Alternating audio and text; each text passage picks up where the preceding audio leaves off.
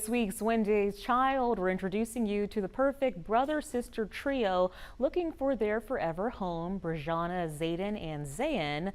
Older sister, 16-year-old Brezhauna, is a natural-born peacemaker. She is the ultimate trifecta as she sings, draws, and dances.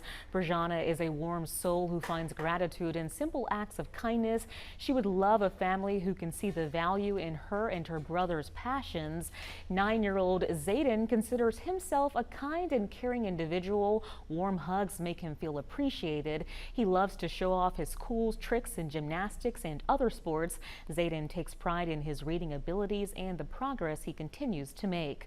The youngest, 7-year-old Zayonn, is described as easygoing and energetic. He is also a happy child and, similar to his brother Zayden, is an eager participant when it comes to sports like football and gymnastics.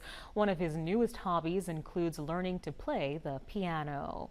For more information about Brezhauna, Zayden, and Zayonn, or any of the other kids in need of adoption, go to adoptkskids.org. Donation